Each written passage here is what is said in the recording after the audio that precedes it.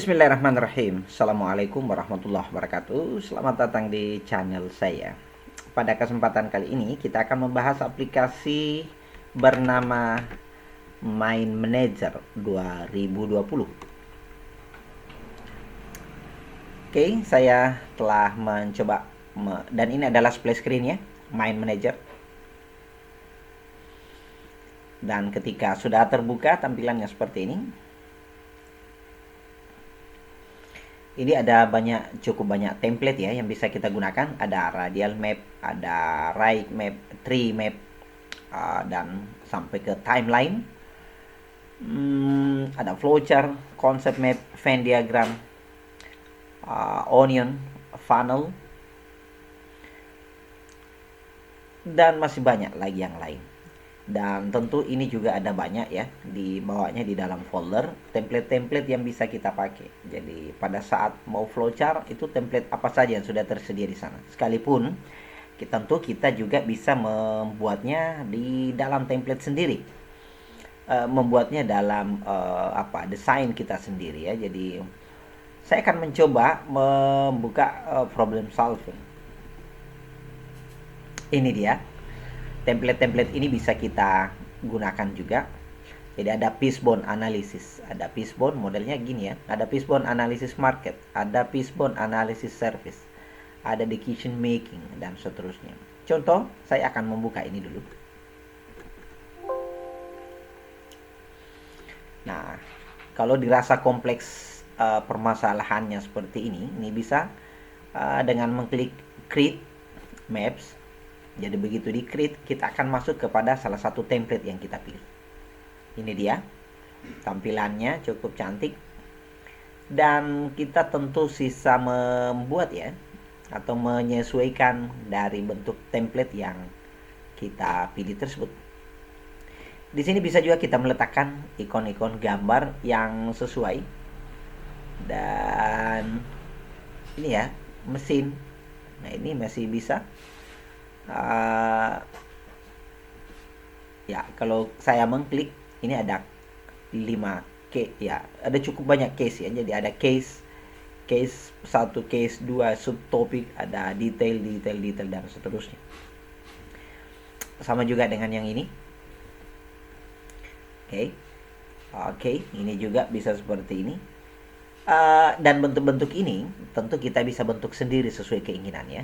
Ini hanya contoh saja, baru pengenalan. Kemudian ketika saya membuat new, misalnya tadi template saya tidak gunakan ya. Jadi kalau fishbone ini yang pertama, kalau saya tadi mengklik ini, pada dasarnya kita juga bisa membentuk sendiri. Ini mulai dari topiknya seperti ini. Ketika kita mengklik, kita bisa mengisinya, ya kan? Kita bisa kembali ke sini dan mengklik yang di sini, kita juga bisa mengisinya. Mau mengisi bagian di atas, mengisi bagian di sini, dan itu tinggal kita isi berdasarkan di bagian mana kita ingin meletakkan poin-poin tersebut. Ini tinggal di double klik dan isi apa isinya. Misalnya berkaitan dengan media pembelajaran. Oke, begitu enter dia akan menyesuaikan ukurannya. Sama juga dengan yang lain ya. Saya kira ini bentuk-bentuknya. Kita tinggal melihat lagi bentuk yang lain ya.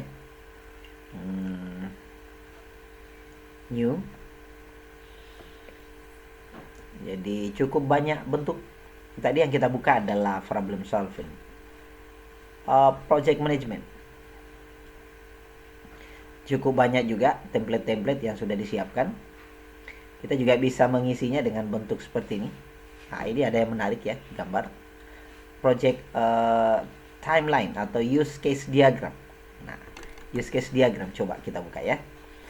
Dan setiap kita membuka satu template, dia akan membuat tab yang baru. Jadi ini tab 1 yang pertama yang kita buka, tidak menghilangkan ya. Tidak ada yang hilang.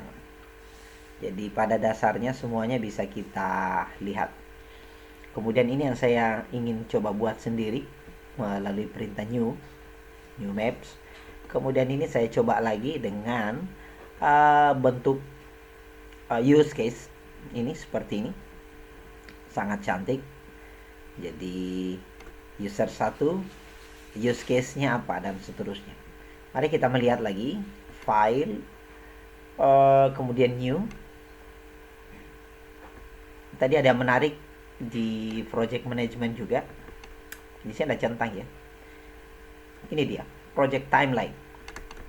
Kita coba lihat. Tentu dia akan terbentuk di tab yang baru. Dan yang menariknya adalah di sini ada ikon-ikon kalender. Januari itu apa? Ya kan? April, Juli, Oktober, dan seterusnya. Jadi setiap kuarter 1, 2, dan seterusnya. Dan ini tinggal kita isi kegiatan-kegiatan yang berkaitannya. Dan ini dia bentuknya seperti itu. Di atas kita belum membahas ya, bagaimana antara satu ada link ke tempat lain dan seterusnya. Relationship-nya. Kita hanya melihat bentuk-bentuk dulu sebagai satu pengenalan ya, new. Bentuk ini ya. Coba kita buka Smart Ruler. Tadi ini yang dicentang. Nah, ini dia. Ini juga cantik. E-commerce conversion. Jadi kalau senang dengan bentuk itu, ini bisa digunakan. Untuk back, di sini juga ada back, kembali ke template yang ini. Project Smart Ruler. Ini kenapa tidak berpindah? Karena kita tidak memilih ya. Jadi tadi ini yang sementara aktif. Strategic planning. Nah, ini dia. Cukup banyak juga template. Jadi template ini hanya sebagai contoh, dan tentu kita bisa membuat template sendiri. Nah, ini contohnya saya akan pilih saja. Tapi pada dasarnya sama ya dengan contoh yang sebelumnya. Tapi tidak apa-apa, saya akan mengambil dari sini supaya kita melihat perbedaannya dari template sebelumnya. Oke. Ini tab-tabnya di sini tersedia cukup banyak ya. Sesuai dengan template yang kita telah pilih. Bentuknya seperti ini. Dan di sini tab 1, tab 2, 3, 4. Sudah ada 5 tab yang kita pakai. Saya akan mencoba membuka satu lagi. New.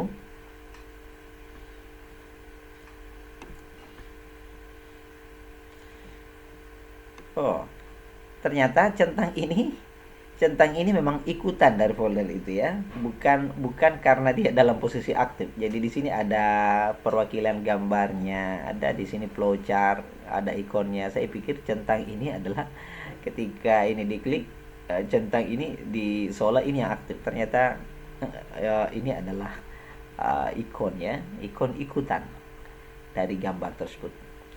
Timeline, ini dia. Kita back lagi. Kemudian kita cek sekilas timeline sudah di baris bawah. Personal productivity. Oh, ini mirip-mirip ya dari gambar yang sebelumnya, tetapi tentu gambar-gambarnya dan poin per poin dari template itu yang sedikit berbeda. Selanjutnya meeting and event. Adakah yang menarik ini? Oke, kurang lebih sama. Ada decision making meeting, ada event, dan seterusnya. Tetapi yang membantu adalah ketika ini kita memilihnya, kita tidak perlu lagi bersusah-susah mencari ikon-ikon gambar yang sudah diletakkan di sana. Kalau kita suka, itu boleh kita gunakan. Dan kalau kita mau ganti juga, saya kira cukup banyak gambar yang disiapkan untuk aplikasi ini. Kemudian manajemen. Ini dia, kurang lebih seperti itu isinya. Dan selanjutnya adalah flowchart. Flowchart relatif template-nya sedikit ya, sekalipun kita bisa membuat flowchart yang sangat kompleks. Dan ada diagram ya, diagram juga sama. Saya kira kita sudah melihat, dan ketika kita sudah mengerjakan, kita bisa menyimpannya.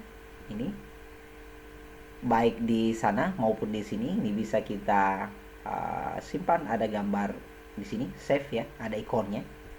Bisa juga kita melalui ini, menu ini, save atau save as. Itulah fitur-fitur dan di sini cukup banyak. Ada tab insert, ada ini task, ada design, ada format, ada advance, free view, view sendiri dan seterusnya. Kalau di sini di bagian review, bukan preview ya, review, view. Di sini ada view dan kita juga bisa mempresentasikan tampilan tersebut. Slide atau create slide from topic. Slide saja ya. Oke. Coba kita ulang sekali lagi view-nya. Oh, view. View apply ya. View show. Ini view ya. View. Oke, kita lihat sejenak. Menu-menu apa saja. Tentu ini menjadi hal yang menarik ya untuk kita pelajari. View. Ada show, ada fade, ada hide. Show Gantt chart, ada outline. Nah, ini maps-nya. Kalau ini saya close saja, saya kembali ke view. Ini presentasi ya, presentasian tadi. Create slide from topic, kemudian ada bisa juga Microsoft PowerPoint, berarti mungkin juga akan link ke sana ya. Itu bisa dicoba. Auto create slide, auto create slide from topic, auto create slide. Coba kita pilih itu. Apa yang terjadi? Oh, berarti per ini ya. Dan seterusnya. Saya kira ini adalah aplikasi yang menarik. Mari bereksplorasi, mencoba melihatnya lebih jauh. Apakah ini bermanfaat? Tidak ada salahnya untuk mempelajari hal-hal yang baru. Semoga ini bisa kita gunakan. Paling tidak juga selain kita bisa membuat flowchart, berbagai macam flowchart di sini, dan kita bisa kombinasi masuk ke dalam laporan kita. Bisa juga kita masukkan ke dalam slide-slide presentasi kita ketika kita ingin menggunakan bentuk-bentuk seperti ini. Karena bentuknya banyak, saya kira ini bebas saja kita berkreasi ya. Ini dan sudah cantik-cantik. Mudah-mudahan informasi ini bermanfaat. Silakan mendownload aplikasi My Manager 2020 dan menggunakannya dengan baik. Assalamualaikum warahmatullahi wabarakatuh.